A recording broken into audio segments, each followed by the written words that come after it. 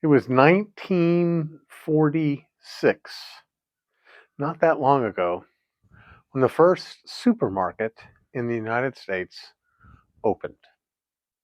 1946. That's before I was born, but not before my parents were born. And maybe not before your parents were born. Not that long ago. And it raises the question, before 1946, before the first supermarket, where did people get their food? Did everybody starve until the first supermarket came? No, absolutely not. Before 1946, before the war, even into the Great Depression, most of the people grew most of their own food on their own property. Not everybody, but most of the people. Now, I mention all that to remind us that that old adage, does a fish know that it's wet? See, the fish is born in the water. The fish is raised in the water. The fish lives its adult fish life in the water. The fish has never been out of the water, so it doesn't recognize or realize, hey, there's another world up there where there's no water. He doesn't know that he's wet. And the same thing is true for all of us. We're born into a time, we're born into a circumstance, and that looks to us like normal, the way it's always been. And part of that paradigm that homesteading kind of pushes against is this idea that we live over here in this bedroom community, in this development, in this addition, and in the morning we get in our cars and we go on the highway and we drive somewhere else where there's an office building or a factory or a shopping bazaar of some kind, and we go and do our work for the day, and at the end of the day we drive home, and that's how we live. Well, that's not historically, over the centuries or the millennia, it's not how we've lived. It's new. It's about as new as, oh, I don't know, 1946 and the advent of the supermarket. I think it was about the same time that the first planned developed community, Levittown in New York, was created right after the war. This started suburbia and housing developments and these kinds of things. Well, connected to that, we had earlier than that a bifurcation between two kinds of lives, country life and city life. Country life was old, it was traditional, it was grow your own food. City life was crowded and crammed, and we had the Industrial Revolution where people didn't get in their cars and drive out of the suburbs, but they took the trolley or they walked in town, and there were smokestacks and it was crowded and ugly and lots of crime and everything that we don't like about the Industrial Revolution. Well, that's not normal either. And it doesn't have to be. I like to look at the Industrial Revolution as a kind of awkward teenage years for developing economies. And I raise all that again to talk about our theme for today, what I call agrarian oxymorons. Agrarian oxymorons, because we're living in a day where things that sort of come out of technological advance actually allow us to go back to more personal, more self reliant lives. Think about this right now, what you're watching. You're watching on a screen somewhere something that was recorded with a phone that fits in your pocket. And it's been sent to you wherever you are. You could be down the road, you could be in another state, you could be in another country, and you can watch this. And as we've been saying all along, we look at what we're doing here as a journey. We want to build relationships with you, and all of this is possible because of the iPhone. You know, we're not like those Occupy Wall Street crowd that's using their iPhone while hating on the Apple company. We're not hating on the Apple company. We're happy to have this technology because this is the kind of technology that allows us to be able to do things more independent. And we can't build these things. It's absolutely true. That's why I call it an oxymoron. A highly advanced technology like the iPhone, like the internet, like the computer, all of these things are different, are not something, again, that you can do in your backyard. It requires, well, think about this. Think about how one of these iPhones are made. It's made out of essentially sand and dirt. The sand makes all the glass parts. The dirt gets sifted and shaped and heated and separated, and those are all the metal parts. And they get put together, and they come from all over the world, and then they get made in China and they get shipped over here. And all of that takes an enormous amount of complex inter economic dependence of huge companies and individuals of all sorts across the globe. If you'd like to learn more about this principle, let me encourage you to read something. It's a little essay written by a gentleman by the name of Leonard Read. Leonard Read was a longtime president of the Foundation for Economic Education, and he wrote this essay called I Pencil. I Pencil. And it's available for free online. Check that out. Again, what a wonderful thing. You don't have to drive to the library. You don't have to crank up your own printing press. You go online, you read iPencil, you learn a great lesson. So check that out. iPencil by Leonard, Leonard, Read, Reed. iPencil. So complicated things come together to create something that actually makes us less tethered. Let me give you almost an ironic, literal illustration of this.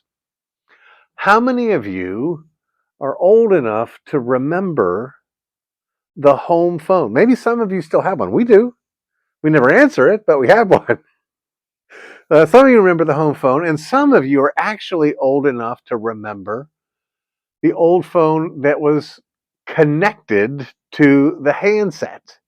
And you would not be able to stray too far from where the phone was. I used to take my phone.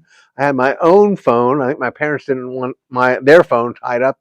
They got me my own phone. It was a heavy black, old school kind of phone, and I used to set it on my garbage can, which is metal, stretch it as far from the wall as I could so I could hear it downstairs when it was ringing up in my room. And then I'd go racing upstairs to see what friend was calling. But even then, I couldn't leave the room because there was only so much cord.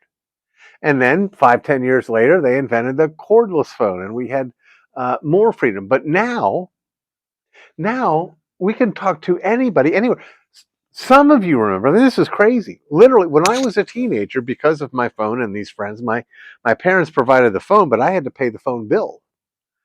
And if I wanted to talk to somebody more than 10 miles away, I had to pay by the minute. And that's not something that we have right now. So technology has literally, in moving from that, oh, and by the way, even before the corded phone and before my time, was the phone on the wall where you had the mouthpiece up here and you had to talk like this, stuck to, standing by the wall. And we've gotten farther, less and less and less tethered, and yet we're able to communicate. And now not only phone calls, but video calls. It's an amazing thing, and I'm not against it. I'm not out here living like the Amish because I'm opposed to technology.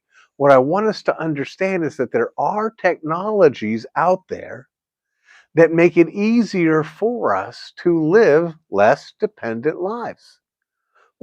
Look at this land. Can you show everybody the land here? Look at the land.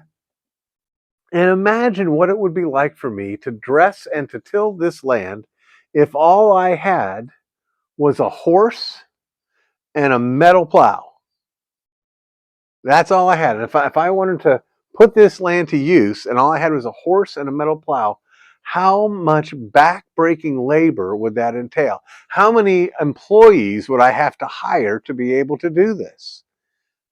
I can't begin to imagine. But I have tools. I have a gas powered tiller that turns the ground up for me, that when it sits in that barn over there, I don't have to feed it hay every day. I don't have to get it dewormed. I just let it sit there. And then when I need it, I start it, I run it, I put it away. That's a blessing. For mowing out here, I don't have good enough tools yet to mow all this, but I'm getting there, and getting closer, and I'm able to do what needs to be done. Even these trees, these future, well, it's not future, it's an orchard. It's an apple orchard right now, and cherries and pears and peaches. All of these things are here because of technology, because of market forces. We didn't have to save seeds and put them on the ground and wait and wait and wait and wait and wait. We were able to buy these trees partially grown, closer to being able to bear fruit, and then we'll have our own fruit. And we won't have to go to the supermarket in 1946 or 2024 to get fruit. We'll have our fruit here because of this kind of technology. We're learning things. Again, the very thing that you're watching, YouTube, and let's not forget the rules about YouTube. Make sure you subscribe to Going Home Steady so you can be a part of our journey and we can be in conversation. Make sure that you leave comments and questions and those things. Be sure that you like and share all of that. But we're able to come to you on YouTube because of this technology, and I'm able to learn things myself on YouTube. When the tractor breaks down and I need to fix it, I don't know how to fix a tractor. Well, I go on YouTube. This is my tractor. This is what happened. What do I do? I remember losing my four-wheel drive one, or not losing it, getting stuck in four-wheel drive one time in my truck. And I went on YouTube and they said, go underneath and hammer this thing with a hammer, just like you know, the simplest fix you can, just hit it. And that's what I did, and it fixed it. We have all of this information at our disposal. We have all the blessing and the help of others that we can learn from. We can learn from each other. And this is the time to harvest this information, to put it to work, to help us learn, to grow, and again, become more dependent on each other with whom we're in relationship, and less dependent on distant people and governments and complicated situations in places where we're chained to our phone or chained to our car or whatever it is. Seize these technologies that help us. I was going to say, we don't have to have a television studio to teach this and to reach you. We don't have to have a publishing company with a printing press and all of that. We have the internet, and it makes it very profoundly, in a sense, democratizes our ability to communicate with larger and larger audiences. That's a great and glorious thing. Now, that means there's a lot of garbage out there too. And that's why one of the values that we have on the internet is the ability to curate for us. Have people who say, yeah, you don't need to go over there. You want to go over here. You don't need to look at that. You need to look at this. That's one of the reasons why I'm trying to share my gift of not hospitality, my gift of bibliography, and encourage you to read this, check this out, check out iPencil, check out I'll Take My Stand. Check out the Napoleon of Notting Hill. Check out these YouTube videos that by which we're learning. Just the other day, my precious wife, we were visiting the town she grew up in, and we're walking out of the convenience store, and there is this old friend. They strike up a conversation, and wouldn't you know it, the two of them are both starting out fresh, learning, homesteading people. So there's lots of folks out there from lots of different perspectives.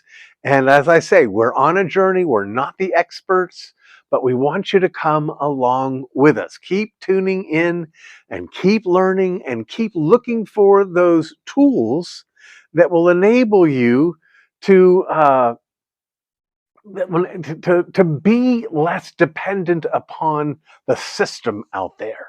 That's what we're wanting to encourage you to do. And we're so glad again that you've tuned in, that you've joined us. Let's walk together. Let's grow homesteady. Let's live more organic lives together.